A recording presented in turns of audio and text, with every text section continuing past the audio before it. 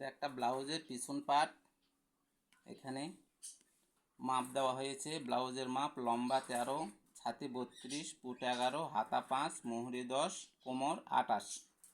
এখান থেকে এই পর্যন্ত মহড়া নিয়েছি 6 ইঞ্চি সবার জন্য। এখান থেকে এই পর্যন্ত গলা নিয়েছি 8 ইঞ্চি। তোমরা মনে করলে বেশিও নিতে পারো, কমও নিতে পারো। এটা একটা গলার ডিজাইন দেওয়া হলো।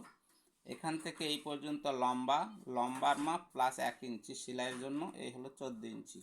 এখান থেকে এই পর্যন্ত পুট গলা 2.5 ইঞ্চি সবার জন্য।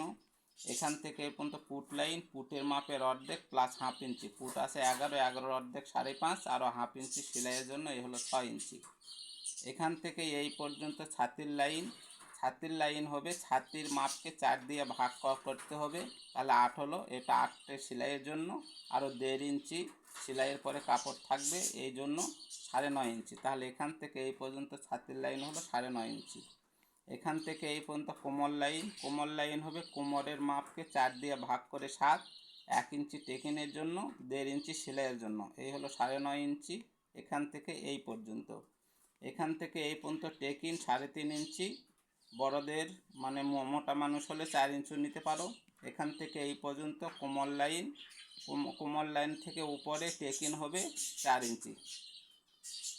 তা এটা মধুওয়ালা ব্লাউজের পিছন পাট দিয়ে দিচ্ছি। তোমরা যে কোনো ব্লাউজের পিছন পাট এটা দিতে পারো।